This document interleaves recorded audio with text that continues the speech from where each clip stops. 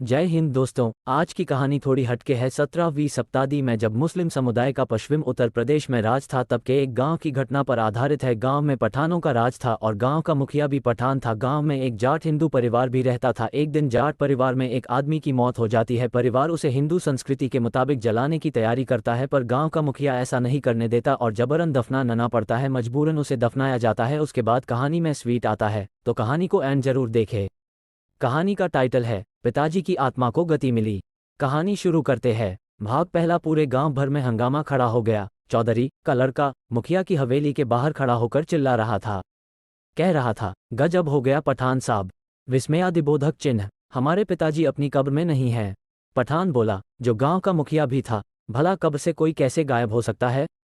चारों ओर ढूंढा गया। आसपास के सब चोरों को पकड़ा गया। ऐसे लोग जो गड़बड़िए होते हैं, उन्हें पकड़ा गया, लेकिन कुछ पता नहीं चल पाया। तब चौधरी के लड़के ने कहा, कहीं ये हमारे पिताजी के संबंध की दूसरी गड़बड़ न हो।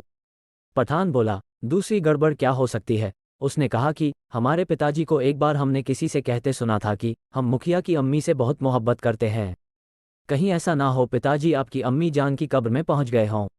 लाहौल विला कुव्वत, ये तुम क्या कह रहे हो, कहीं ऐसा हुआ करता है। चौधरी का लड़का बोला, हमने तो पहले ही कहा था, पिताजी को जला लेने दीजिए, नहीं तो हमारे यहाँ दबाने से उनके भीतर का जाटपन। दफना कर घर आया। रात में बिस्तर पर पड़ा तो नींद नहीं आई। आधी रात तक करवट बदलता रहा, सोचता रहा पूज्य पिता को गति नहीं मिलेगी, मैंने बहुत बुरा किया। मजबूर होकर वही करना पड़ा जिसमें जीवन और परिवार सुरक्षित रहे। किंतु मन न माना। तब इस लड़के को एक तरकीब सूझी। उठकर नेत्र बंद कर पिता को स्मरण कर उनसे माफी मांगी, मानो उनसे साक्षात कहा कि हे पिता, आपको गति देने के लिए मुझे कुछ हीन शब्दों का प्रयोग करना पड़ेगा, किंतु हे पिता, हैश राष्ट्र हैश और संस्कृति की परंपराओं में ही आपका भी सम्मान है, मुझे क्षमा करना उन सब हीन शब्दों के लिए जो मुझे कूटनीति में उपयोग करने पड़ेंगे। आधी रात में ही चुपके से कब्रिस्तान में पहुंचा और अपने पिता की कब्र में से उनकी लाश निकालकर मुखिया की अम्मा की कब्र के पास दबा दी और पिता की कब्र को अच्छे से बंद कर दिया। अब जाकर मुखिया के घर के बाहर शोर मचा दिया। कहा कि मुझे रात सपना आया है कि मेरे पिताजी कब्र में नहीं है, इसलिए मैं कब्र को खोलकर देखना चाहता हूँ। सारे मुसलमान बोले, क्या जहालत की बातें करते हो, भला ये सपने क्या सच्चे हुआ करते हैं। भला ऐसा कभी हो सकता है कि दफन की गई लाश कब्र में ना हो। लेकिन लड़का रोने लगा। अपने साथ 10 और लोगों को लाया था, वह भी शोर मचाने लगे। मुसलमानों को लगा कि यह मूर्ख हिंदू अंधविश्वासी हैं, इसीलिए ऐसे अंधविश्वासियों को सत्य दिखाकर उनका मुंह चुप किया जा सकता है। उन्होंने कहा, चलो कब्र उखाड़ कर दिखा देते हैं कि चौधरी की लाश वहीं पर है। सभी जन कब्रिस्तान जा पहुंचे। कब्रिस्तान में पहुंचने पर कब्र की खुदाई की गई, लेकिन वहां लाश नहीं मिली। शोर मच गया, कहाँ गई लाश। आसपास पता किया गया, लोगों से पूछा गया, किसी ने देखा क्या कब्रिस्तान में किसी को आते जाते। कब्रिस्तान में उल्टी सीधी क्रिया करने वाले लोगों को पकड़ा गया, मार पिटाई की गई, उनसे पूछा गया, लेकिन कुछ पता नहीं चल सका। तब योजना के अनुसार उस लड़के ने कहा कि मुखिया जी, मेरे पिता जब जीवित थे तो मैंने एक बार उन्हें अपने ताऊ से बात करते सुना था कि वे आपकी अम्मी से बहुत मोहब्बत करते हैं। मुखिया गुस्से से लाल हो गया, चीख कर बोला, क्या कहते हो खबीस, तुम्हारी इतनी जुर्रत। लड़का बोला, नाराज ना हो पठान साहब, जिसने ये कहा था वह तो मर गए, किंतु अब समस्या का समाधान ढूंढा जाए।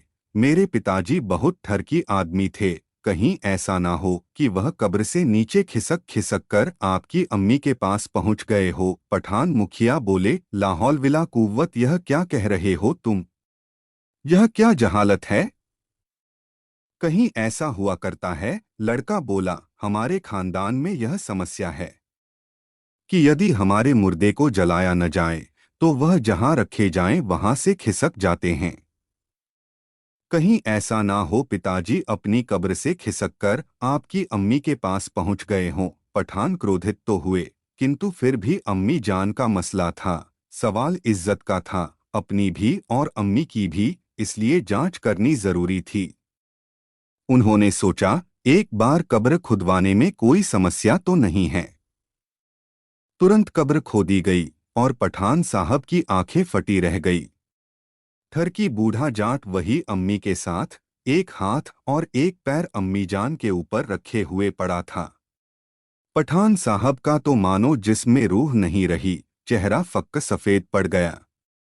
या अल्लाह, यह क्या हो गया। उन्होंने तुरंत दिवंगत चौधरी के लड़के से कहा कि तुरंत यहाँ से अपने पिता को उठाओ और निकलो, इसे लेकर यहाँ से। हमारे किसी कब्रिस्तान के पास से भी मत गुजरना। हमारे हर कब्रिस्तान में औरतें दफन हैं।